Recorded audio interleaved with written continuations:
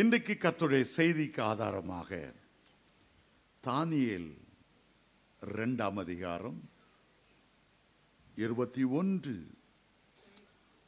22.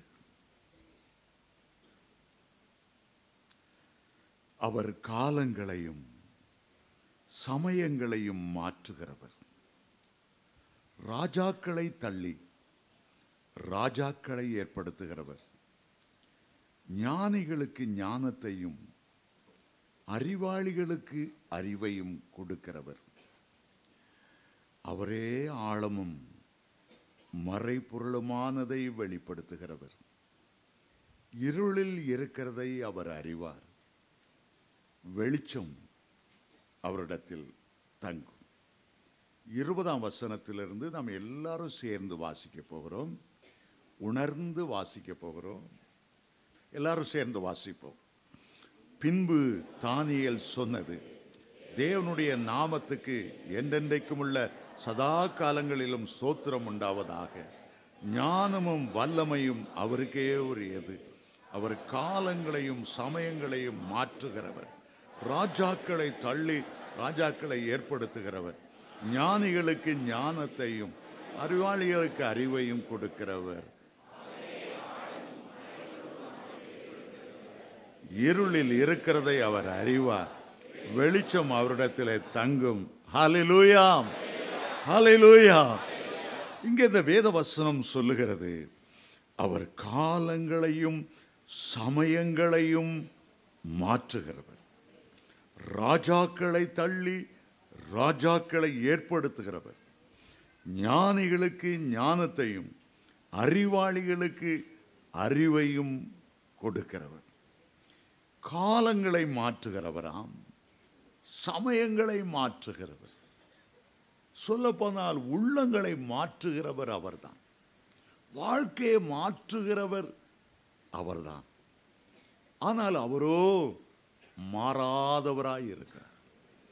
அவர் மாற்றுகிறவர், நம்முடைய ஜெபத்தை கேட்டு சூழ்நிலையை மாற்றுகிறவர், நம்முடைய ஜெபத்தை கேட்டு பிரச்சனையை மாற்றுகிறவர், நம்முடைய ஜெபத்தை கேட்டு அற்புதங்களை செய்கிறவர். ஆனால் அவரோ மாறாதவர். மல்கியா 3:6 சொல்லுகிறது, நான் கர்த்தர், நான் மாறாதவர். எபிரேயர் 13:8 சொல்லுகிறது, அவர் நேற்றும் இன்றும் என்றும் மாறாதவர். மாறாதவர், ஆனால் மாற்றுகிறவர். இன்றைக்கு ஒரு 5 காரியங்களை உங்களுடைய மத்தியில் வைக்க விரும்புகிறேன். முதலாவது, உங்களுடைய துக்கத்தை மாற்றுகிறவர், உங்களுடைய கண்ணீரை மாற்றி ஆனந்த களிப்பை உண்டாக்குகிறவர், துக்கத்தை மாற்றுகிறவர். 2வது, சிறையிருப்பை மாற்றி அரசாளும்படி செய்கிறவர். 3வதாக, மாறாவின் கசப்பை மாற்றி மதுரமாக மாறச் செய்கிறவர். 4வதாக, உடைய சாபங்களை மாற்றி அதை ஆசீர்வாதமாக ஆக்குகிறவர்.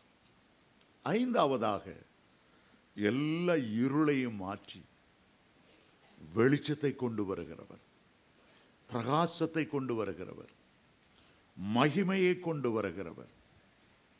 அவர்தான் நம்முடைய ஆண்டவராகிய இயேசு கிறிஸ்து.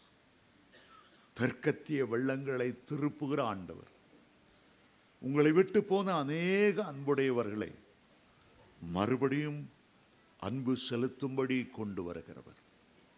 அவர்தான் உங்களுடைய தோல்வி எல்லாம் ஜெயமாய் மாற பண்ணுகிறவர். உங்களை புதிய சிருஷ்டியாய் மாற்றுகிறவர் அவர்தான். ஒன்றுக்கும் பிரயோஜனம் இல்லாதவர்களாய் இருந்த போது தம்முடைய கரத்திலே அலங்காரமான கிரீடமாக, தம்முடைய கைகளிலே ராஜ முடியாக மாற்றுகிறவர். இயேசுவின் நாமத்தில் கர்த்தருடைய ஊழியக்காரனாய் சொல்லுகிறேன், உடைய எல்லா தோல்வியையும் ஜெயமாய் மாற பண்ணுகிறவர், துக்கத்தை சந்தோஷமாய் மாற பண்ணுகிறவர். அவரை ஆராதிப்பது எத்தனை பெரிய பாக்கியம், அவரை தொழுது கொள்வது எவ்வளவு பெரிய மகிமை. கர்த்தருடைய பிள்ளைகள் என்று அழைக்கப்படுவதனாலே தேவன் நமக்கு பாராட்டின இரக்கங்கள் எவ்வளவு பெரியது. ராஜாக்களை தள்ளி ராஜாக்களை அபிஷேகம் பண்ணுகிறவராம், காலங்களையும் சமயங்களையும் மாற்றுகிறவர் என்று தானியேல் தீர்க்கதரிசி சொல்லுகிறார்.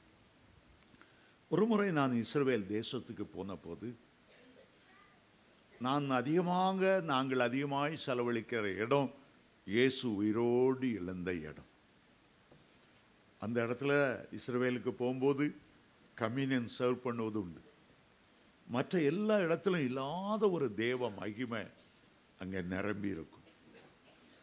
ஒரு முறை நான் அங்கே போன போது ஹைதராபாத்தில் இருந்து ஒரு பாஸ்டர் நூற்றுக்கணக்கான அவருடைய சபை மெம்பர்களை அங்கே கொண்டு வந்தார். என்ன அவர் நேரில் பார்த்ததில்லை. சாம் ஜோத்ரன் யாரோ சொல்லியிருப்பாங்க போல் இருக்கிறது. சந்தோஷமாய் ஓடி வந்து பார்க்க வந்தார். அவர் ஹைதராபாத்தில் இந்தியாவிலேயே ஒரு பெரிய சபை, அவருடைய சபையில் 1,20,000 பேர் இருக்கிறார்கள். அவர் சொன்னார், 12 வயதில் நான் ரட்சிக்கப்பட்டேன். 12 வயதில் அவருடைய தாய் இவருடைய தீய குணத்தையும் 12 வயசுல இருந்த பொல்லாத குணத்தையும் பார்த்துவிட்டு நெஞ்சில் அடித்து அடித்து அழுவார்களாம். உன்னை போய் நான் பெற்றேனே, என்னுடைய உள்ளத்தை உடைக்கிறாயே, உன்னால நான் கண்ணீர் சிந்துகிறேனே, 12 வயசுல நீ இவ்வளவு துஷ்டனா இருக்கிறியே, நீ மாற மாட்டியா, நீ மாற மாட்டியா, நீ மாற மாட்டியா. அடிக்கடி சொல்லுவாங்க, எங்களால உன்னை மாற்ற முடியாதுப்பா, எங்களால உன்னை மாற்ற முடியாது. நீ கற்றுக்கொள்ளாத கெட்ட பழக்கம் ஒண்ணுமே இல்லை, கடவுளே வந்தா கூட உன்னை மாற்ற முடியாது. இந்த சிறுவனுக்கு தான் மாறணுங்கிற விருப்பம், ஆனா அவனால மாற முடியல. தாய் இப்படி அடித்து அழும்போது மனவேதனையா இருந்தாலும் அவனாலேயே மாற்றிக்கொள்ள முடியல. அவன் ஒரு கிறிஸ்தவன் அல்ல, இந்து மார்க்கத்தை சேர்ந்தவன். ஆண்டவரை பற்றி ஒன்றுமே தெரியாது. ஒரு நாள் அந்த கிராமத்துக்கு ஒரு ஊழியக்காரர் வந்தார். இயேசுவை பற்றி பிரசங்கித்தார். ஒரு வார்த்தை அவனுடைய உள்ளத்தை தொட்டது. இயேசு வாழ்க்கையை மாற்றுகிறவர், எந்த துன்மார்க்கனையும் பரிசுத்தவானாய் மாற்ற வல்லமையுள்ளவர், எந்த விட முடியாத கெட்ட பழக்கங்களையும் விடும்படி தெய்வீக சுபாவத்தை கொண்டு வருகிறவர், மாற்றுகிறவர் இயேசு, மாற்றுகிறவர் இயேசு, துக்கத்தை சந்தோஷமாய் மாற்றுகிறவர் இயேசு. இந்த வார்த்தை அவனுடைய இருதயத்திலே தொட்டது. இதைத்தானே எங்களுடைய அம்மா இத்தனை மாதங்கள் சொல்லிக் கொண்டு வந்தார்கள், உன்னை யாராலும் மாற்ற முடியாது, கடவுளாலும் மாற்ற முடியாது, துஷ்டனாய் போய்விட்டாய். ஆகவே தனிமையான ஒரு இடத்துக்கு போனான். இயேசுவே, நீர் உள்ளங்களை மாற்றுகிறவர் என்று இந்த பிரசங்கியார் சொல்லுகிறார். நீ மாற்றக்கூடுமானால் என்னை மாற்றும், என்னால் என் பாவ பழக்க வழக்கங்களை விட முடியவில்லை. அப்போது ஒரு மெல்லிய குரல் கேட்டது, மகனே, உன்னை நான் எனக்கென்று தெரிந்து கொண்டேன், நீ என்னுடைய ஊழியத்தை செய்வாய். நீ விரும்புகிற மாற்றங்கள் மட்டுமல்ல, மகிமையான மாற்றத்தை உனக்குள்ளே நான் கொண்டு வருவேன். அவனுக்கு பாவத்தை அறிக்கையிட வேண்டும் என்று தெரியாமல் இருந்தாலும் தன்னை அறியாமலேயே சிறு சிறு பாவங்கள் எல்லாவற்றையும் கண்ணீரோடு கண்ணீரோடு கண்ணீரோடு அறிக்கையிட்டான். ரொம்ப ஆச்சரியம். அன்றைக்கு ஈவினிங்ல ஒரு வீட்டில் ஒரு பைபிள் திறந்திருக்கிறதை பார்த்தார். இதுல எழுதப்பட்டு இருக்கிற இயேசுதானே வாழ்க்கை மாற்றுகிறவர். திறந்திருக்கிற அந்த பைபிளை எடுத்து வாசித்தார். அதில் எழுதப்பட்டு இருந்தது, உன்னை தாயின் வயிற்றிலிருந்து இருக்கும்போதே உன்னை தெரிந்து கொண்டேன். ஏதோ அந்த பைபிள் வார்த்தை அவனோடு நேரடியாய் பேசுகிறது போல இருந்தது. அவன் மனதுக்குள் எண்ணினான், நான் ஒரு சிறு பையன், 12 வயது, எப்படி என்னை தாயின் வயிற்றிலே தெரிந்து கொண்டீர்? நான் சின்ன பிள்ளை அல்லவா? அடுத்த வசனத்தை பார்க்கிறான், உன்னை சிறு பிள்ளை என்று சொல்லாதே. எரேமியா 1:5 உள்ள வசனம் அது. இவன் மனதிலே நினைக்கிறதற்கெல்லாம் அங்கே பதில் கிடைத்து கொண்டு இருந்தது. தன்னுடைய சிந்தனையை கூட கர்த்தர் அறிகிறார், தன்னோடு பேசுகிறார். அப்போதான் அந்த பைபிளை நினைத்தான், இது பேசுகிற வேதாகமம். It is a talking Bible. நான் மனதில் எண்ணுகிறான், நான் சின்ன பையன், 12 வயது. வேதம் சொல்லுகிறது, உன்னை சிறு பிள்ளை என்று சொல்லாதே, என் வார்த்தை உன்னுடைய வாயில் வைப்பேன். என்ன ஆச்சரியம் பாருங்க. கர்த்தருக்குள்ளே அவன் நிறைய ஆரம்பித்தான். அவனுடைய வாழ்க்கை மாறினது. 18ஆம் வயதிலே வாலிபர்களோடு சேர்ந்து ஊழியம் செய்ய ஆரம்பித்தான். கிராமம் கிராமமாய் போக ஆரம்பித்தான். 21ஆம் வயதிலே 25 பேரை கொண்டு ஒரு சபையை ஆரம்பித்தான். இந்த சபை பெருகினது. 10,000, 20,000, 30,000. ஆண்டவர் பேசினார், மிகப்பெரிய சபை உனக்கு நான் தரப்போகிறேன். அவர் சொன்னார், ஆண்டவரே எனக்கு பெரிய சபையை தந்தார். ஊருக்கு நடுவில், அந்த ஹைதராபாத் பட்டணத்தின் நடுவில் தரணும். ஏதோ ஒரு மூலையில் சீப்பா கிடைக்கிற அங்கே ஏக்கர் கணக்கில் வாங்கக்கூடாது. எல்லாமே ஒரு பட்டணத்தின் மத்திய பகுதியில் இருக்கிறது. பெரிய ஆஸ்பத்திரியா, பெரிய பஸ் ஸ்டாண்டா, பெரிய சினிமா தியேட்டரா, எல்லாமே, எல்லா பிஸ்னஸ் சென்டர்களும் நகரத்து மத்தியில் இருக்கிறது. வானம் உடையது, பூமி எனக்கு, பூமி என்ன உம்முடையது. 20 ஏக்கர் எனக்கு நிலம், எங்கே வச்சிருக்கிறோம் எனக்கு தெரியாது. சென்டரில் ஆண்டவர் 20 ஏக்கர் நிலம் கொடுத்தாராம். ஒரு நாள் சபையில் நெகேமியா எருசலேமின் மதில்களை கட்டி முடிப்பதற்கு 52 நாட்கள் ஆனது. கர்த்தர் திடீரென்று பேசினார்.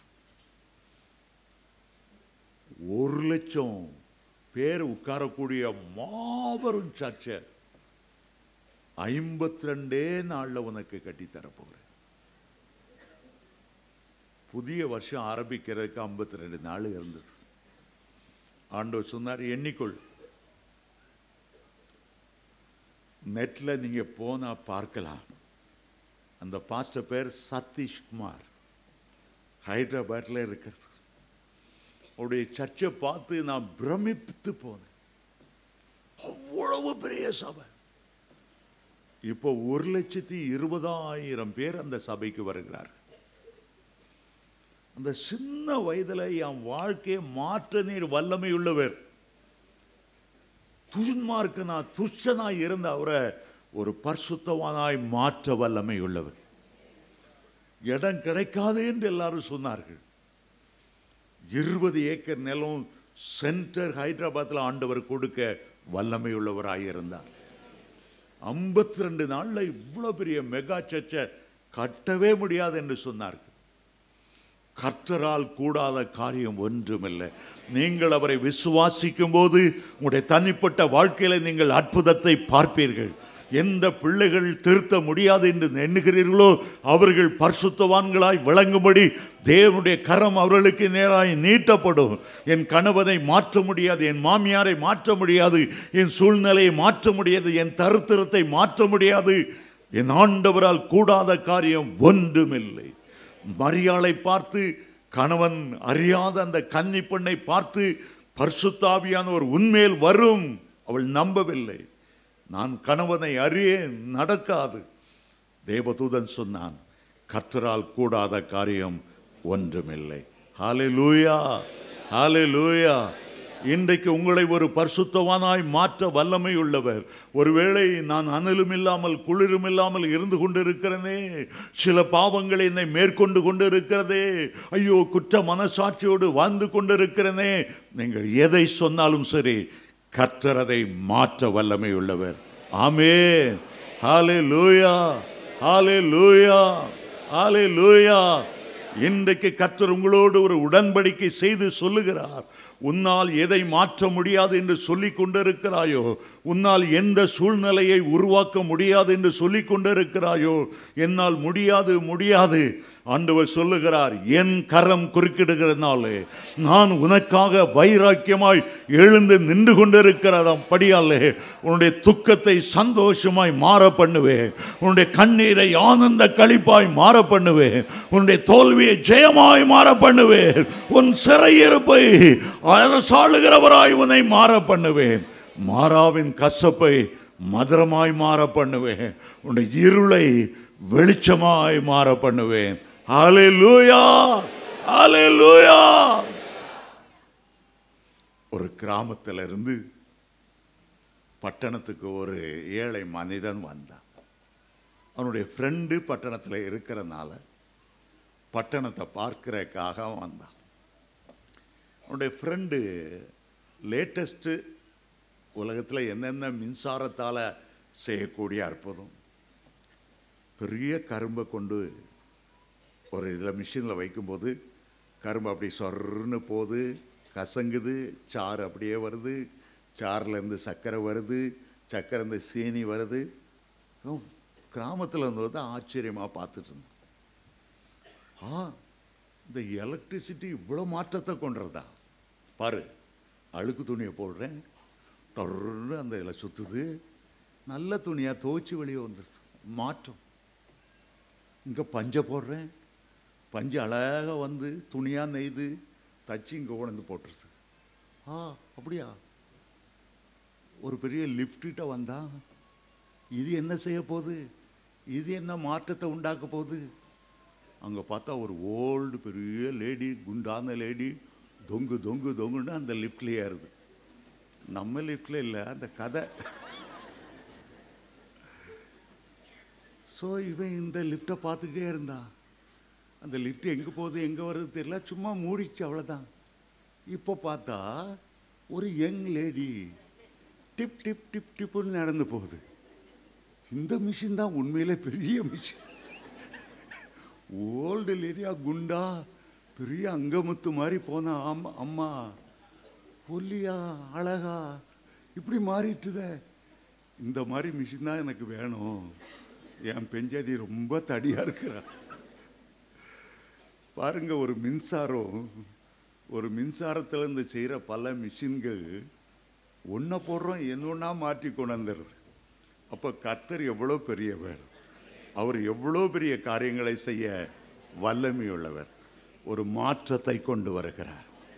இன்றைக்கு உங்களுடைய வாழ்க்கையில் ஒரு மாற்றத்தை கொண்டு வருகிறார். உங்களுடைய சுய முயற்சியினால் செய்ய முடியாத ஒரு மாற்றத்தை கர்த்தர் ஏற்படுத்த வல்லமையுள்ளவர். என்னென்ன காரியங்களை நீங்கள் மாறணும்னு விரும்புகிறீங்களோ, உங்களுடைய குடும்பம் மாற வேண்டும் என்று விரும்புகிறீர்களோ, உங்களுடைய கணவன் மனைவி மாற வேண்டும் என்று விரும்புகிறீர்களோ, அந்த மாற்றத்தை ஆண்டவர் தர வல்லமையுள்ளவர். அதைத்தான் தானியேல் தீர்க்கதரிசி சொல்லுகிறார். அவர் காலங்களையும் சமயங்களையும் மாற்றுகிறவர், ராஜாக்களை மாற்றுகிறவர், ராஜாக்களை தள்ளி ராஜாக்களை அபிஷேகம் பண்ணுகிறவர். அவர்தான் நம்முடைய மத்தியில் உலாவிக் கொண்டிருக்கிறார். ஆமென், ஹல்லேலூயா, ஹல்லேலூயா. இதை வாசிப்பது எனக்கு என்னென்ன வந்து தெரியுமா? இந்த தமிழ்நாட்டை இவ்வளோ நாளும் இந்த சினிமா நடிகர்களும் நடிகளும் அதை விட்டா டிஎம்கே விட்டா ஏடிஎம்கே கிடையாது, ஏடிஎம்கே விட்டா டிஎம்கே கிடையாது, நடிகர்களும் இவங்களாம் கிடந்து சிலரெல்லாம் ஃபுல் தண்ணி அடித்து பேசிகிட்டு இருக்காங்க. இவங்கெல்லாம் எங்களை ஆளக்கூடாதப்பா, பரிசுத்தவான்கள் ஆளணும். எங்களுக்குள்ள ஒரு மாற்றம் வரணும், அரசியல ஒரு மாற்றம் வரணும். பரிசுத்தவான்கள் எங்களை ஆளுகை செய்யணும். பரிசுத்தவான்களை எழுப்புவீராக, ஜெப வீரரை எழுப்புவீராக, ராஜாக்களை தள்ளி ராஜாக்களை ஏற்படுத்துவீராக, கர்த்தர் எங்களை ஆளுகை செய்வீராக. கைகளை தள்ளி தட்டி ஆண்டவரை நன்றி செலுத்துவோம். ஹல்லேலூயா, ஹல்லேலூயா, ஹல்லேலூயா. ஒருவன் கிறிஸ்துவுக்குள் இருந்தால் அவன் புது சிருஷ்டியாய் இருக்கிறான். புது சிருஷ்டியாய் இருக்கிறான். Brand new person. 2 கொரிந்தியர் 5:17 சொல்லுகிறது, பழையவைகள் ஒழிந்து போயின, எல்லாவற்றையும் புதிதாய் மாற்றுகிறவர். முதலாவதாக யோவான் 16:20 ஆண்டவர் சொல்லுகிறார், நீங்கள் அழுது புலம்புவீர்கள், உலகமே சந்தோஷப்படும். நீங்கள் துக்கப்படுவீர்கள், ஆனாலும் உங்களுடைய துக்கம் சந்தோஷமாய் மாறும். இன்றைக்கு இதை வாக்குத்தத்தமாய் எடுத்துக்கொள்ளுங்க. உங்களுடைய துக்கம் சந்தோஷமாய் மாறும். சாயங்காலத்தில் அழுகை தங்கும், விடியற்காலத்தில் களிப்புண்டாகும். உன்னுடைய கண்ணீரை ஆனந்த களிப்பாய் மாற்றக்கூடியவர் உன்னுடைய அறையிலே நின்று கொண்டிருக்கிறார். மாற்றத்தை ஏற்படுத்துகிறவர், மாற்றத்தை ஏற்படுத்துகிறவர். ஆபிரகாமுக்கு அவருடைய மனைவியாகிய சாராளாய் கொடுக்கப்பட்ட அடிமை பெண்ணாகிய சாராள் வனாந்தரத்திலே தவித்தாள். ஆபிரகாம் கொடுத்த சில அப்பங்களும் ஒரு துருத்தி தண்ணீரும் தீர்ந்து போனது. பிள்ளை தாகத்தால் அழுதான். ஒரு தாய் எப்படி அழுதிருப்பார்? எவ்வளவு துக்கம், எவ்வளவு துக்கம். தன்னுடைய வீட்டிலிருந்து துரத்தப்பட்ட போது எவ்வளவு துக்கம், எவ்வளவு துக்கம். வெறும் 2 சில அப்பம் மாத்திரம்தான் கொடுத்து அனுப்பினான். ஒரு கணவனுடைய உள்ளத்தில் கூட ஒரு ஈவு இறக்கமில்லையே என்கிற துக்கம், குடிக்க தண்ணீர் இல்லாத துக்கம். ஆனால் ஆண்டவர் அவருடைய கண்ணீரை பார்த்து வெறுமனாய் கடந்து செல்கிறவர் அல்ல. நீங்கள் ஆண்டவருடைய சமூகத்தில் அழும்போது அந்த துக்கத்தை அவர் தாங்கிக் கொள்ளவே மாட்டார். உங்களுடைய கண்ணீரை ஆனந்த களிப்பாய் மாற்றும்படி அவர் வைராக்கியம் உள்ளவராய் இருக்கிறார். சிலர் என்னை புண்பட பேசினதினாலே உள்ளம் உடைந்து நேர கத்தீட்ரல் சர்ச் அங்கே தான் அடிக்கடி போய் ஜெபிப்பேன். யாரும் இல்லாத வேளைகளில் அந்த ஆல்டரில் என்னுடைய இருதயத்தை ஊற்றுவதுண்டு. ஆண்டவர் மெல்லிய சத்தத்தில் என்னோடு பேசினார், நீ அழாதே, நீ அழாதே. என்னால் தாங்கிக் கொள்ள முடியவில்லை. உன்னுடைய ஒவ்வொரு துளி கண்ணீரும் நீ யாருக்காக புண்பட்டு அழுகிறாயோ அவளுக்கு சாபமாய் மாறிவிடும். உன்னுடைய கண்ணீரை என்னால் தாங்க முடியலை. இந்த வார்த்தையை நான் மறக்கவில்லை. அதுக்கு பிறகு யாரையாவது புண்பட பேசினாலும் ஒரு நாள் நான் அழுவதில்லை. ஆசீர்வதி ஆண்டவரே சொல்லிவிட்டு போய்விடுவதில்லை. ஆகார் சத்தமிட்டு அழுத உடனேயே ஒரு நீரூற்றை ஆண்டவர் தோன்ற பண்ணினார். அவருடைய கண்கள் ஒரு நீரூற்றை கண்டது. அந்த நீரூற்று ஆவியானவரால் வருகிற ஒரு சந்தோஷத்துக்கு அடையாளம். அந்த நீரூற்று அவருடைய மகனுடைய தாகத்தை தீர்க்கிற ஒரு அடையாளம். வனாந்தரத்தில் நீரூற்றுகளை பார்ப்பது மிக கடினம். ஒரு பெரிய மலை, அதற்கு பள்ளத்தாக்கு, அந்த பள்ளத்தாக்குகளில் நீரூற்றி எழும்புவது இயற்கை. ஆனால் தண்ணீர் உண்டாவதற்கு எந்த இடமே இல்லாத, மழையே பெய்யாத ஒரு வனாந்தரத்தில் நீரூற்றை பொங்கி வர பண்ணுவது ஆண்டவருடைய பெரிய அற்புதம். அந்த அற்புதத்தை செய்கிற ஆண்டவரைத்தான் உங்களுடைய தெய்வமாய் நீங்கள் ஏற்றுக்கொண்டு இருக்கிறீர்கள். ஆகவே உங்களுடைய கண்ணீரை துடைக்கிறது மட்டுமல்ல, உங்களுக்கு ஆறுதல் செய்கிறது மட்டுமல்ல, ஒரு ஆசீர்வாத நீரூற்றை உங்களுக்கு காண்பிப்பார். நீங்களே ஒரு நீரூற்றாய் மாறுவீர்கள். நீங்களே அநேகம் பேருக்கு ஆறுதல் செய்கிறவர்களாய் மாறுவீர்கள். உங்களுடைய துக்கத்தை சந்தோஷமாய் மாற பண்ணுவார். 2வதாக உடைய சிறையிருப்பை நீக்கி அரசாளும்படி செய்வார். அநேகருக்கு பலவிதமான சிறைகள். சிலர் சாத்தானால் சிறை வைக்கப்பட்டிருக்கிறார்கள். சில பைத்தியக்காரர்களை பார்க்கும்போது அவருடைய எண்ணங்களை பிசாசு திருப்பி மழுக்கி புத்தி சுயாதீனமற்றவர்களாய் வைத்திருக்கிறார். சிலருக்கு சில பாவ பழக்க வழக்கங்கள் ஒரு சிறையிருப்பாய் இருக்கிறது. ஐயோ, என்னுடைய இச்சைகளுக்குள் நான் ஒரு சிறையாய் இருக்கிறேன், பரிசுத்தமாய் வாழ நினைக்கிறேன், ஜெபிக்க நினைக்கிறேன். ஏதோ ஒரு சிறை இருப்பு, ஏதோ ஒரு சிறை இருப்பு.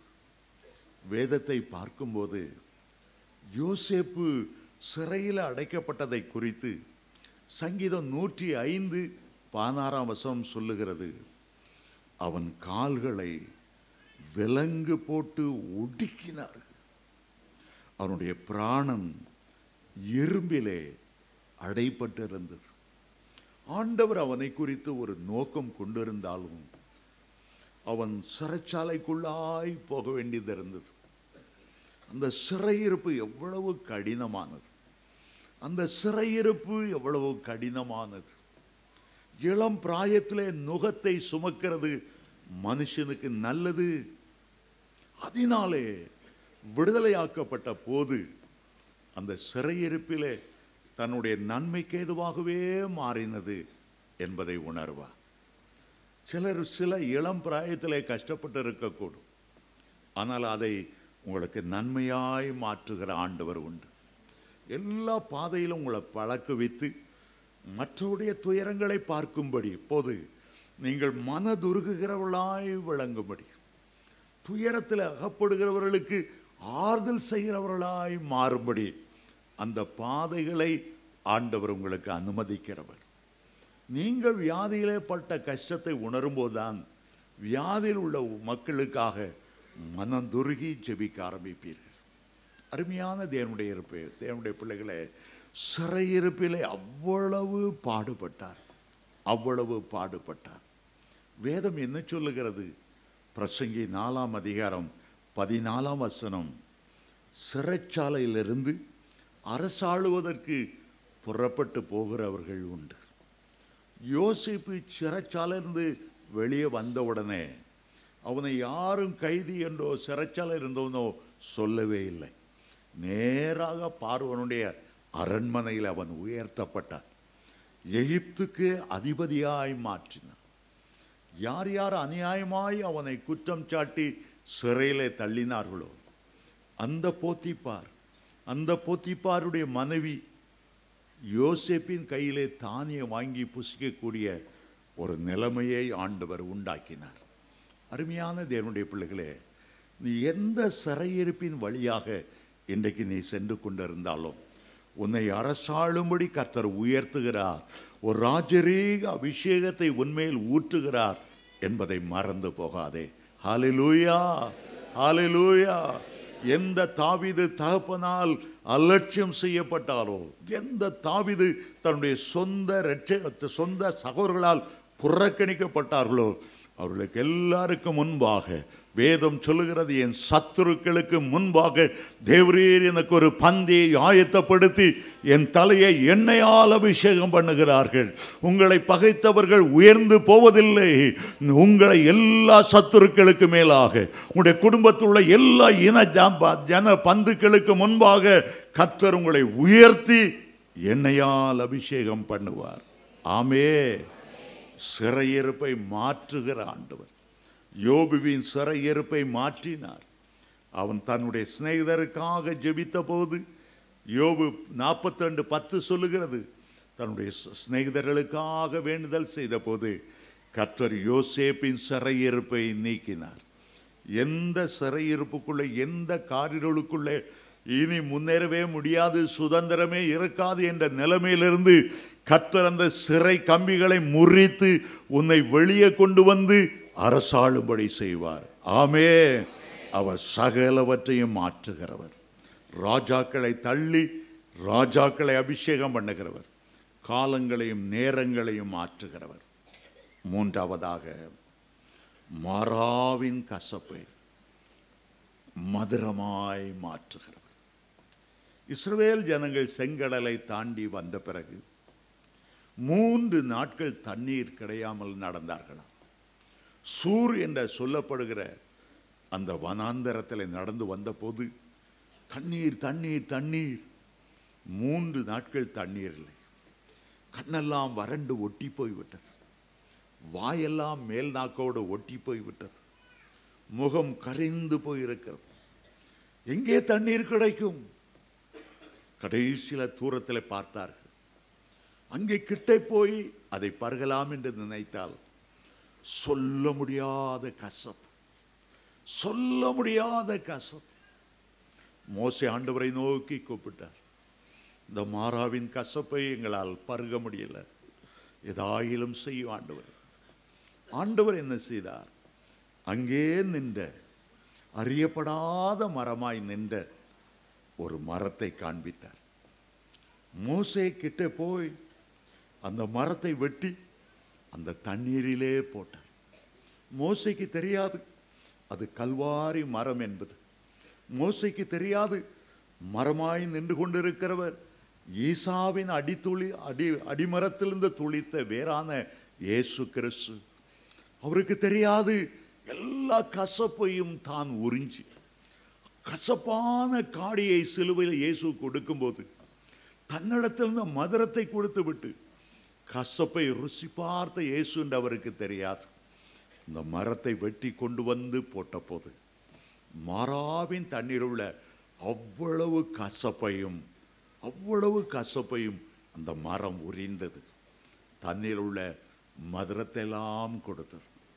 சகோதரனே சகோதரியே, எந்த கசப்பினால, எந்த கசப்பான உறவு, கசப்பான பேச்சுவார்த்தைகள், வாழ்க்கையே கசந்து போன ஒரு நிலைமையிலும் கூட இயேசு கிறிஸ்துவை உன் வாழ்க்கையில கொண்டு வருவாயானால், இயேசுவின் நாமத்தில் சொல்லுகிற எல்லா கசப்பையும் மதுரமாய் மாற்றக்கூடியவர் நம்முடைய மத்தியில் இருக்கிறார். ஆமென். ஹல்லேலூயா, ஹல்லேலூயா. ஒவ்வொருடைய வாழ்க்கையிலும் ஏதாவது ஒரு கசப்பு இருக்கலாம். சிலருக்கு வியாதி ஒரு கசப்பாய் இருக்கலாம். சிலருக்கு கணவன் மனைவி உறவிலே ஒரு கசப்பு உண்டாயிருக்கலாம். இந்த கசப்பு தாங்க முடியாதா இருக்கிறது. மற்றவங்கெல்லாம் நல்லா தானே இருக்கிறாங்க, மற்றவங்கெல்லாம் பிள்ளைகளோடு கணவனோடு சந்தோஷமா இருக்காங்க, எனக்கு மட்டும் ஒரு சந்தோஷம் இல்லை, நான் நடைப்பணமாய் வாழ்கிறேன். எந்த கசப்பாய் இருந்தாலும் உங்களுக்காக சகல கசப்புகளையும் ருசி பார்த்தவர் ஒருவர் உண்டென்றால் ஒரு இயேசு கிறிஸ்து. உலக வாழ்க்கையில் உள்ள அந்த கசப்புக்கு அடையாளம்தான் சிலுவையில் தொங்குகிற நேரம் கசப்பான காடியை ஒரு கோலிலே குத்தி கடற்காலனிலே தோய்த்து அந்த கசப்பை அவருக்கு நேராய் நீட்டினார். அவர் அந்த கசப்பை ருசி பார்த்தார்.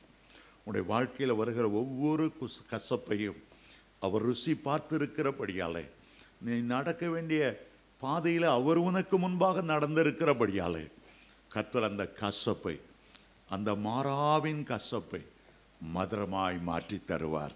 ஹல்லேலூயா, ஹல்லேலூயா. பெத்லகேமை விட்டு மோவாபிய தேசத்துக்கு போன நகோமி நிறைய கசப்பு, நிறைய இழப்பு, இளம் விதவை, மருமக்கள் மார். அவள் துக்கத்தோடு திரும்பி வந்த போது எல்லாரும் நகோமி அல்லவா, நகோமி என்றால் மனமகிழ்ச்சி என்ற அர்த்தம். அவள் சொன்னாள், என்ன நகோமின்னு கூப்பிடாதுங்க, என்ன மாறாள்னு கூப்பிடுங்க. சர்வ வல்லவர் என் வாழ்க்கையில் மிகுந்த கசப்பை உண்டாக்கி விட்டார். அருமையான தேவனுடைய பிள்ளைகளே, ஆனால் அந்த நகோமியின் கசப்பு நீடிக்கவில்லை. அந்த ரூத்துக்கு மறுபடியும் திருமணமாக ஆண்டவர் கிருபை செய்தார். தாவீதை பெற்று தருகிற ஓபேத்தை அவள் பெற்றாள், போவாசுக்கு மனைவியானாள். அந்த கசப்பெல்லாம் மாறியது. உன்னுடைய வாழ்க்கை இந்த கசப்போடு முடிந்துவிடப் போவதில்லை. கர்த்தர் உனக்கு மகிழ்ச்சி நாட்களை தந்திருக்கிறார். சங்கீதம் 90:14 சொல்லுகிறது, தேவரீர் எங்களை சிறுமைப்படுத்தி வேதனைப்படுத்தி இந்த நாட்களுக்கு தக்கதாக எங்களை திரும்பவும் மகிழ்ச்சியாக்கும். நாங்கள் உண்மையிலே மகிழ்ந்து களி கூர்ந்திருக்கும்படி எங்களை திரும்ப உயிர்ப்பிக்க மாட்டீரா? ஒரு மகிழ்ச்சியான நாட்களை கர்த்தர் உங்களுக்கு வைத்திருக்கிறார். நான்காவதாக, ஆண்டவர் மாற்றுகிற காரியம் என்ன? காலங்களையும் சமயங்களையும் மாற்றுகிறவர். நம்முடைய குடும்பத்தில் மாற்றுகிற ஒரு காரியம். இதுவரை பல சாபங்கள் உங்களை பின்தொடர்ந்து வந்திருக்கலாம். சில சாபங்கள் உங்களுடைய முற்பிதாக்கள் காலம் தொட்டு, சில வியாதிகள் தலைமுறையாய் கடந்து வந்து உங்களை வாதித்து வந்திருக்கலாம். ஐயோ, என்னுடைய வாழ்க்கையில் என்ன சாபம் வந்ததோ, என்னுடைய முற்பிதாக்கள் எப்படி வாழ்ந்தார்களோ தெரியவில்லையே அந்த பலனை நான் அனுபவிக்கிறேனே. சாபம் என்கிற வார்த்தை ஒரு பயங்கர பொல்லாத ஒரு வார்த்தை. வேதத்தில் 275 முறை சாபம் என்கிற வார்த்தை வருகிறது. ஒரு முற்பிதாவின் அக்கிரமத்தை நான் கண்டும் காணாமல் விடாமல் 3ஆம் 4ஆம் தலைமுறை வரைக்கும் நியாயம் விசாரிக்கிற தேவனாய் இருக்கிறேன் என்று யாத்ராமம் 20:4-5 நம்ம வாசிக்கிறோம். சில சாபங்கள் 3-4 தலைமுறை கடந்து வருகிறதா. ஆனால் இன்றைக்கு நீங்க கர்த்தருடைய குடும்பத்துக்குள் வருவீர்கள் என்றால் பழைய விக்கிரக ஆராதனையின் குடும்பத்தில் உள்ள சாபங்கள் மாறி கிறிஸ்து ஒரு நீதிமான், அவர் நிமித்தம் 1000 தலைமுறை ஆசீர்வதிக்கப்படும். கர்த்தருடைய குடும்பத்துக்கு வந்து பழைய குடும்பம் அல்லப்பா, எனக்கு ஒரு புதிய குடும்பம், இயேசுதான் என் தகப்பன், ஆபிரகாம் ஈசாக்கு யாக்கோபு தான் எங்களுடைய முற்பிதாக்கள், கர்த்தருடைய பிள்ளைகள் தேவ பிள்ளைகளுடைய ஐக்கியம்தான் இனி என்னுடைய நண்பர்களாய் இருப்பார்கள். கர்த்தருடைய குடும்பத்துக்கு வரும்போது உபாகமம் 23:5 சொல்லுகிறது, உன் தேவனாகிய கர்த்தர் உன்னிடத்தில் அன்பு கூர்ந்தபடியால் அந்த சாபத்தை ஆசீர்வாதமாய் மாற பண்ணினார். எவ்வளவு ஒரு அழகான ஒரு வார்த்தை, அதை குறித்து கொள்ளுங்கள். உன் தேவனாகிய கர்த்தர் பிலேயாமுக்கு செவி கொடுக்க சித்தமில்லாமல் உன் தேவனாகிய கர்த்தர் அந்த சாபத்தை ஆசீர்வாதமாய் மாற்றினார். நெகேமியா 13:2 கூட அந்த சாபத்தை ஆசீர்வாதமாய் மாற்றின கர்த்தர். கலாத்தியர் 3:13 சொல்லுகிறது, மரத்திலே தூக்கப்பட்ட எவனும் சபிக்கப்பட்டவன் என்று எழுதியிருக்கிறபடி கிறிஸ்து நமக்காக சாபமாய் நியாயப்பிரமாணத்தின் எல்லா சாபங்களுக்கும் நம்மை நீங்களாக்கி மீட்டுக்கொண்டார். இந்த புதிய வருஷத்தில் ஆண்டவர் சொல்லுகிறார், வெளிப்படுத்தல் 22:3 இனி ஒரு சாபமும் வராது. உன்னுடைய உள்ளத்தின் சிங்காசனத்தில் உன்னுடைய குடும்பத்தின் மத்தியிலே இந்த சாபத்தை முறித்து போட்ட கர்த்தர் வீற்றிருக்கிறார். இனி ஒரு சாபமும் வராது. சாபத்தை ஆசீர்வாதமாய் மாற்றுகிற ஆண்டவர். 5ஆவதாக கடைசியாக சங்கீதம் 18:28 சொல்லுகிறது, தேவரீர் என் விளக்கை ஏற்றுவீர், என் இருளை வெளிச்சமாய் மாற பண்ணுவீர். அருமையான தேவனுடைய பிள்ளைகளே, உங்களுடைய வீட்டில் என்ன இருளின் வல்லமை இருந்தாலும், உன்னுடைய வீட்டில் என்ன அந்தகாரத்தின் கிரியைகள் இருந்தாலும், ஏதோ ஒரு அருவருப்பான கிரியைக்குள்ளே உடைய குடும்பத்தார் சிக்கி இருந்தாலும், இன்றைக்கு ஆண்டவர் வாக்கு பண்ணி இருக்கிறார், என் மகனே உன்னை நான் வெளிச்சமாய் வைத்திருக்கிறேன். உலகத்துக்கு நான் சூரியனை போல வெளிச்சம் கொடுத்தால், என்னுடைய வெளிச்சத்தை வாங்கி ஒரு நட்சத்திரமாய் ஒரு ஒரு ஒரு சந்திரனாய் பிரகாசிப்பதற்கு உன்னை ஒரு வெளிச்சமாய் வைத்திருக்கிறேன். உன்னுடைய குடும்பத்தின் மத்தியிலே உன்னை நான் எனக்கென்று கொண்டேன். ஒரு வீட்டுக்கு வெளிச்சம் கொடுக்க எப்படி ஒரு விளக்கு இருக்கிறதோ, அந்த விளக்கை கொளுத்தி மரக்காலினால் மூடி வைக்காமல் விளக்கு தண்டின் மேல் ஏற்றி வைக்கும்போது முழு குடும்பத்துக்கும் வெளிச்சம் கொடுக்கும். உன்னுடைய உறவினர் மத்தியில் உன்னை உயர்த்தி ஆண்டவர் மேன்மைப்படுத்தி வைத்திருக்கிறார். உன்னுடைய குடும்பத்தில் உள்ள எல்லா இருளின் வல்லமையும் அந்தகாரத்தின் வல்லமையும் இப்பிரபஞ்சத்தின் லோகாதிபதியான பிசாசின் வல்லமையை முறியடித்து உன்னுடைய குடும்பத்தை ஒரு வெளிச்சத்துக்குள்ளே, ஒரு பிரகாசத்துக்குள்ளே, ஒரு மகிமைக்குள்ளே கொண்டு வரும்படி கர்த்தர் உங்களை தெரிந்து கொண்டிருக்கிறார். ஆமென். உன்னுடைய எல்லா இருளும் வெளிச்சமாய் மாற கடவுது. நம்ம எல்லாரும் ஒரு பாட்டை பாடுறது உண்டு, பாவ இருள் என்னில் வந்து தேவன் அவர்.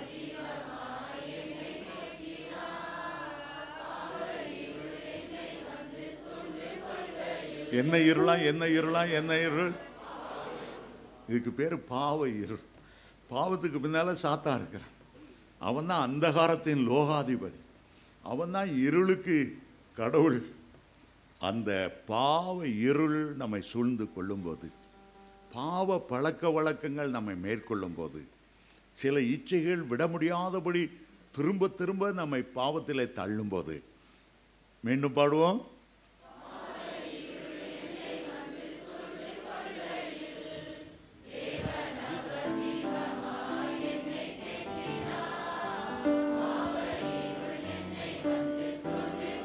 பாறையில் தேவன்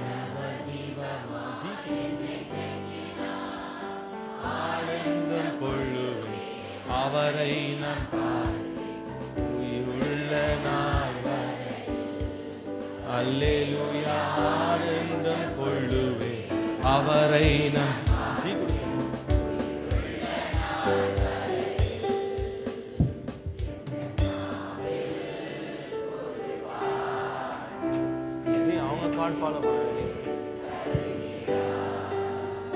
ரொம்ப அழகா பாடுறீங்க, என்னை விட நல்லா பாடுறீங்க. ஆனால் தான் நான் கையை கட்டி உங்கள் பாட்டை கேட்கணும் ஆவலாக உட்காந்துட்டேன். எல்லாரும் முழங்கால் படிடுவோம். உங்களுடைய வாழ்க்கையை மாற்றுகிறவர் நம்முடைய மத்தியிலே அசைவாடி கொண்டிருக்கிறார்.